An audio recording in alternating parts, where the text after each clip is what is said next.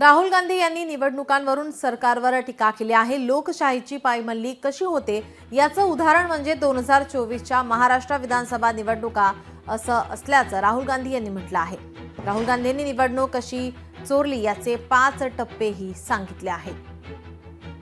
राहुल गांधी यांनी ट्विट करत मोठा आरोप केलेला आहे। राहुल गांधी यांनी ट्विटमध्ये नेमकं काय म्हटलं आपण पाहूयात।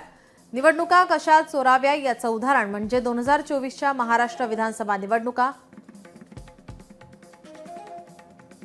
निवडणूक आयोगाची नियुक्ती करण्यासाठी पॅनलमध्ये फेरफार करणे, यादीत बनावट मतदार जोडणे, मतदारांची संख्या वाढवणे, भाजपला जिंकण्यासाठी आवश्यक असलेल्या ठिकाणी बोगस मतदानाला लक्ष्य करणे, पुरावे लपवणे।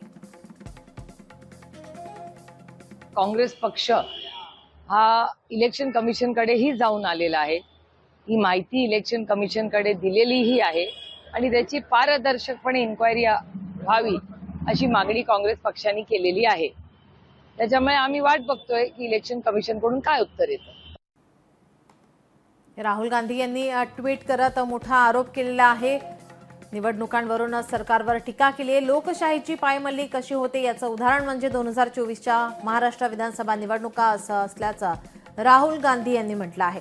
राहुल गांधींनी निवडणूक कशी चोरली याचे 5 टप्पेही सांगितलेले आहेत।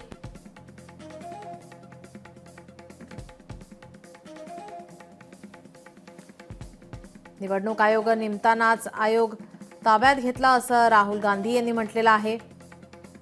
खोटे मतदार घुसवले, त्यानंतर मतदान टक्केवारी फुगवली, भाजप जिंकण्याची गरज असलेल्या जागी बोगस मतदान केलं असं राहुल गांधी यांनी आपल्या ट्विटमध्ये म्हटलेलं आहे। मोठा आरोप केलाय। विधानसभा निवडणुकांवरून या ठिकाणी टीका करण्यात आली सरकारवर।